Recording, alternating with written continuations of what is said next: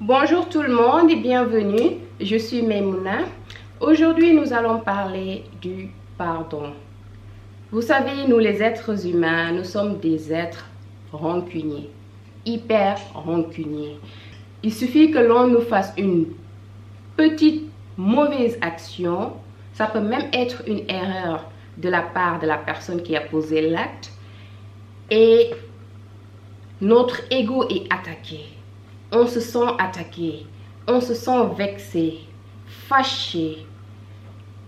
Et des fois, ces énergies négatives qui commencent à nous envahir nous donnent des envies de revanche, nous donnent l'envie de nous venger, vraiment de faire du mal à cette personne-là qui a blessé notre ego. Des fois, la personne ne l'a même pas fait de manière volontaire. C'était pas intentionnel. Tout le monde fait des erreurs. Nul n'est parfait. Mais il suffit que quelqu'un nous fasse quelque chose qui, je sais pas moi comment le dire, mais vraiment, ça atteint notre ego. Parce qu'il n'y a que l'ego qui nous pousse à faire de mauvaises actions. Il n'y a que l'ego qui nous pousse à nous venger. Il n'y a que l'ego qui est jaloux. Il n'y a que l'ego qui nous rend rancunier. Il n'y a que l'ego qui nous fait faire de mauvaises actions, dire de mauvaises choses. On vit par notre ego. Une bonne partie des choses que nous faisons au quotidien, c'est pour nourrir notre ego, pour se montrer grand, pour se montrer important, pour se montrer intéressant. Mais ça, vous savez, tout le monde est important, tout le monde est grand, tout le monde est intéressant. Il faut des fois savoir aller à la source. C'est comme ça que je vais le dire. Être en contact avec son âme. Parce que l'âme est pure, l'âme est amour. Et l'âme sait pardonner. L'âme sait aimer. Mais si on reste accroché à notre ego, c'est notre ego qui nous pousse à vouloir avoir toutes ces belles choses de la vie.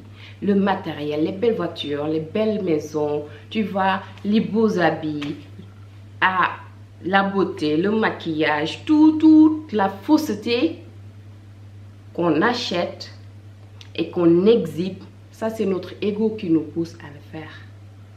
Notre ego gère notre vie et c'est parce qu'on l'a laissé faire. Mais derrière cet ego-là, il y a une âme pure, une âme amour, une âme vraiment clean. Mon point c'était, quand quelqu'un te fait quelque chose qui te fait hyper mal, des fois ça peut être extrêmement grave.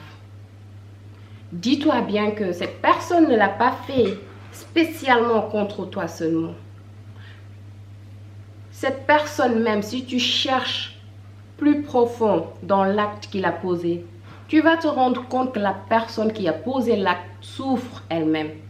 Cette personne qui a posé l'acte est malheureuse elle-même. C'est son émotion interne, la haine qu'il a en elle-même, que cette personne extériorise envers les autres. Donc, quand quelqu'un vous fait du mal, vous parle mal, vraiment vous vexe, ou vous fait un sale coup, qu'importe l'acte, dites-vous bien que c'est contre lui-même, pas contre vous.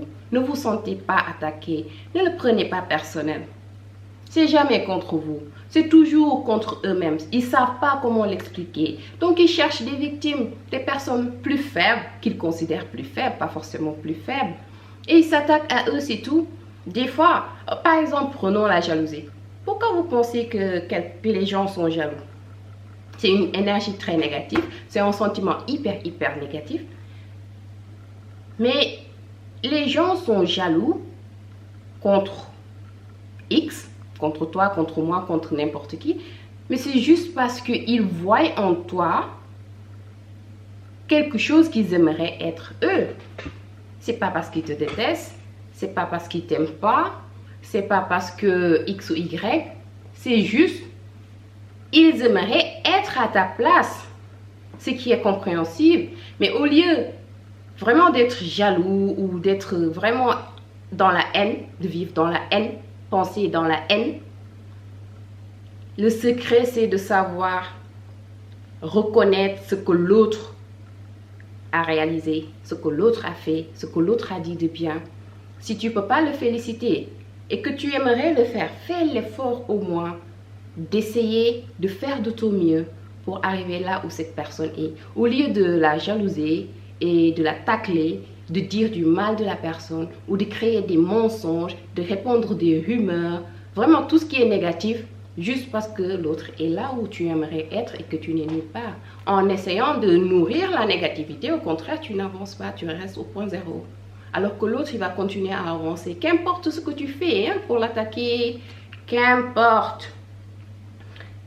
Ça va réussir peut-être, mais ça ne va pas l'empêcher d'avancer.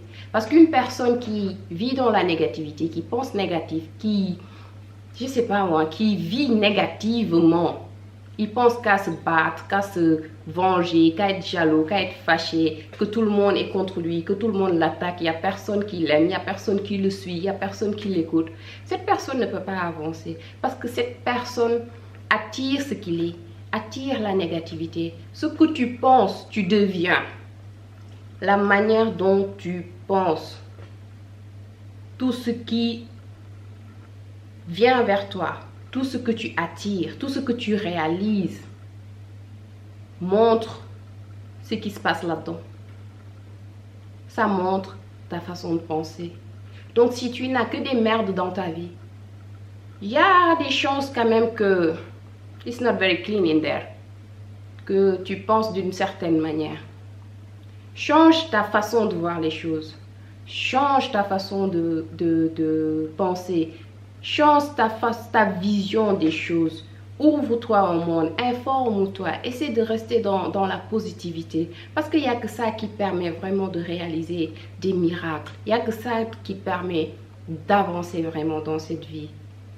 Quand on est clean là-dedans, quand on est propre, on pense bien, on pense dans l'amour. Quand on commence tout et on fait tout avec de l'amour. Et je ne parle pas de l'amour romantique, je parle de l'amour pur, de l'amour sincère. Je vous assure, des miracles vont arriver. Personnellement même, vous allez être surpris de ce qui est possible. Vous savez, tout le monde a ces sentiments-là, de haine, de rage, de je ne sais pas quoi. Personnellement, moi, je l'ai vécu.